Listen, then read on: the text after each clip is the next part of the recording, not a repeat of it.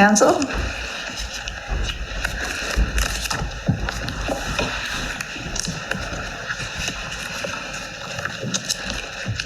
Good morning. May it please the court. My name is Jennifer Maglio. I represent the Sauk-Suiattle Indian Tribe. Appellant would request 5 minutes be reserved for rebuttal. Please watch the clock. Thank you. This case concerns Sauk-Suiattle's right to fish in the Skagit River. This court applies a two-pronged test for clarification sub-proceedings to determine whether Judge Bolt intended to exclude disputed waters from a tribe's UNA. In my argument... Counsel, would you address findings of fact 131 and 148 and how you think they do or do not bear on your argument?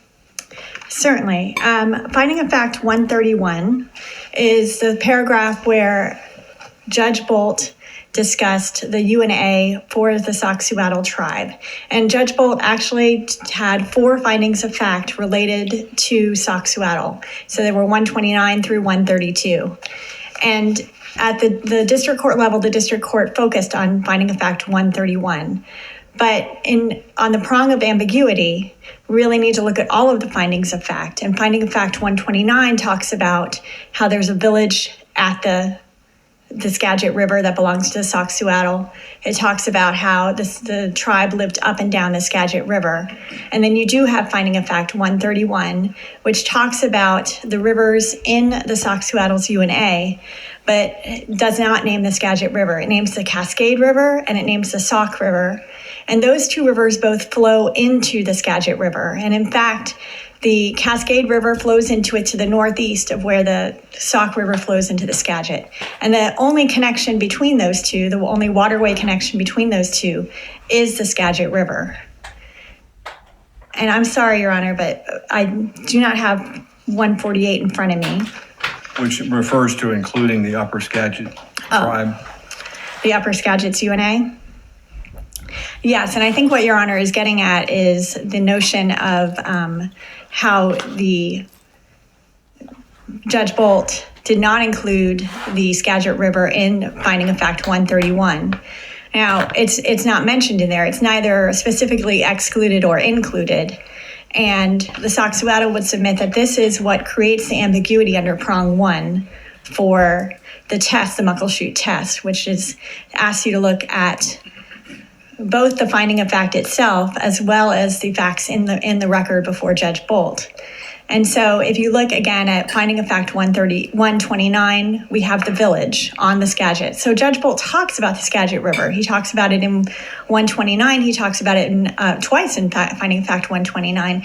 And he also alludes to it in finding of fact 132, where he talks about how the Sauk-Suiattle tribe traveled to the saltwater.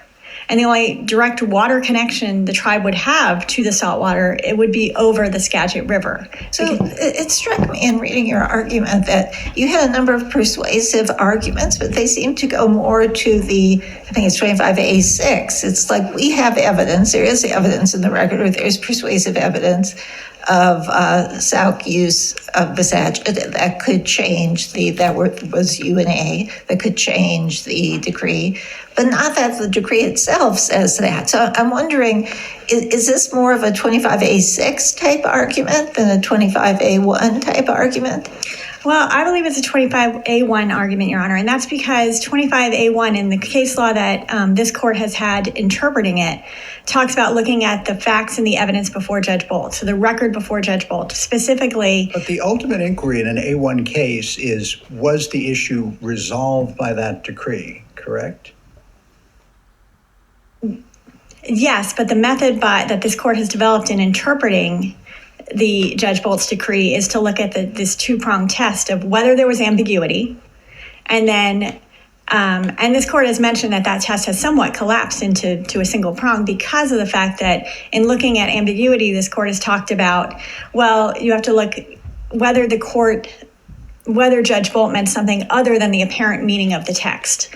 So you're looking beyond. Both of those are inquiries to, is it resolved by this decree? Because if it's not resolved by the decree, then it's a potential A6 issue, and you may have a factual basis here for an A6 proceeding that would then resolve the claim. But the issue in front of us, because this is just an A1 case, is was it resolved by the four corners of this decree using these tools we have from our case law? Right, and if the case law talks about you can infer an intent from Judge Bolt to include or to exclude something based on the record evidence. And so here there's ample record evidence that the tribe lived, fished, and traveled on the Skagit River.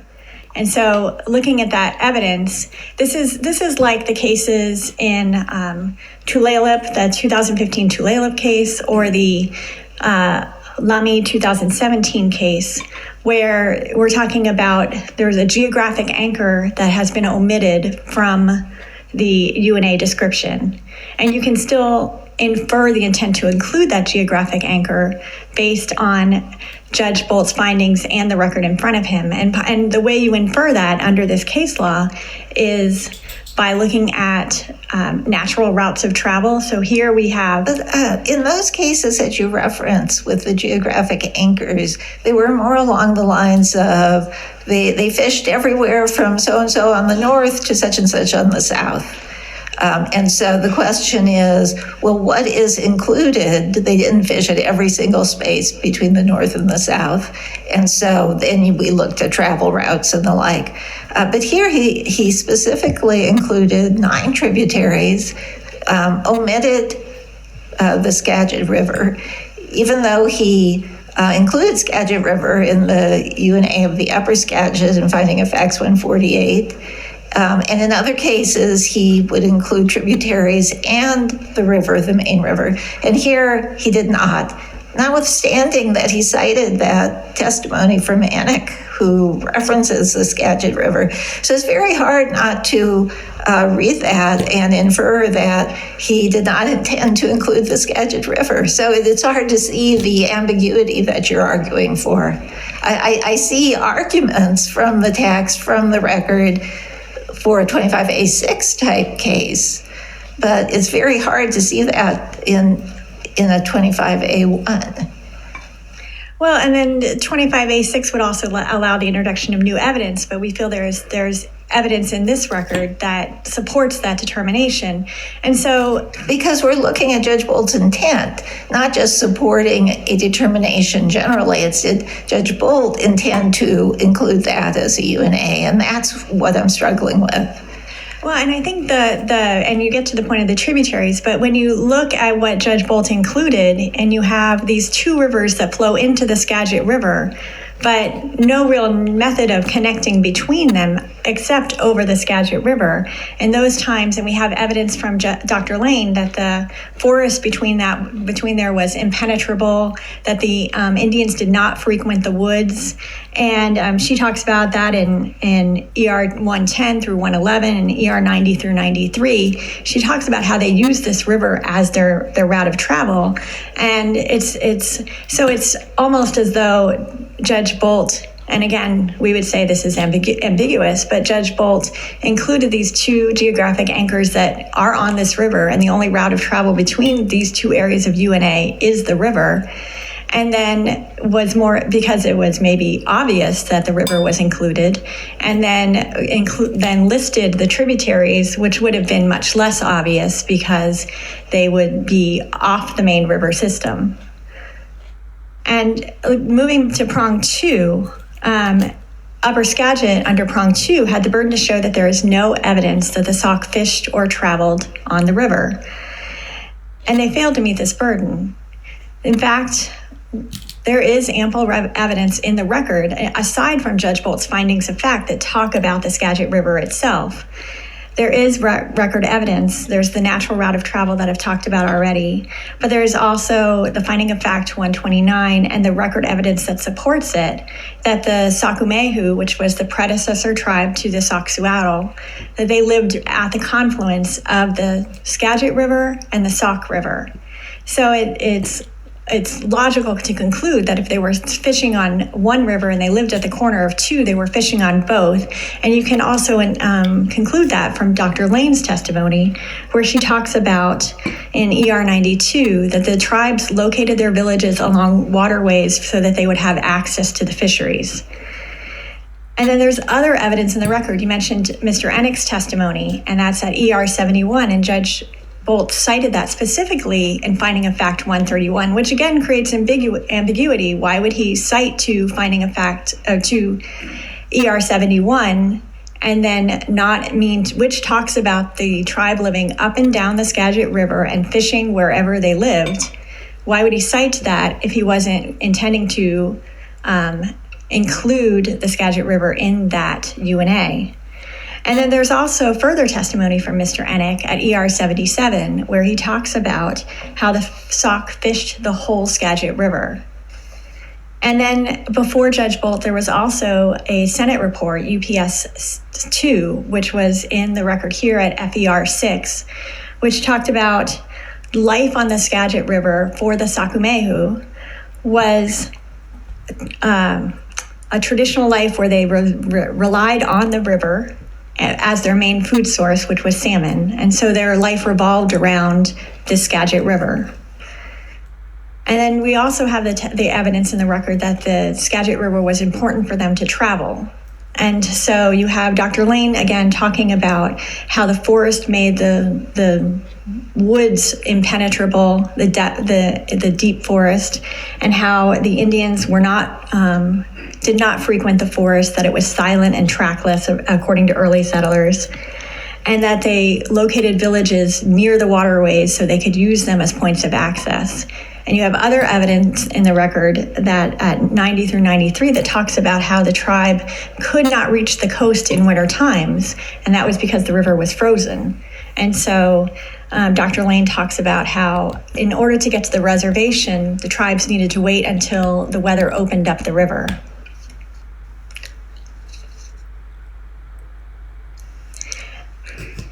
Looking at all of this evidence, the Upper Skagit could not meet its burden to show that there was no evidence. So an analysis under prong 2 shows that there's ample evidence that the tribe fished, lived, and traveled on the Skagit River, which is what the case law requires.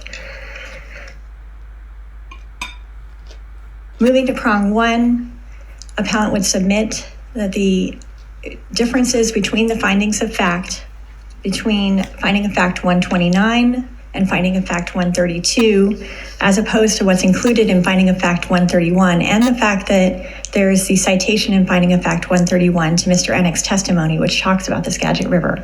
All of these mentions of the Skagit River reflect an intent to include the river in the UNA, and at very least creates ambiguity as to what Judge Bolt's intent was. And so the Sauk-Suiattle would submit that we have that the Muckleshoot 3 test, or 2-prong test, has been satisfied, and that the lower court improperly entered summary judgment in favor of the Upper Skagit, and that decision should be reversed. If there's no further questions, I'll reserve the rest of my time for rebuttal. All right, thank you. Thank you.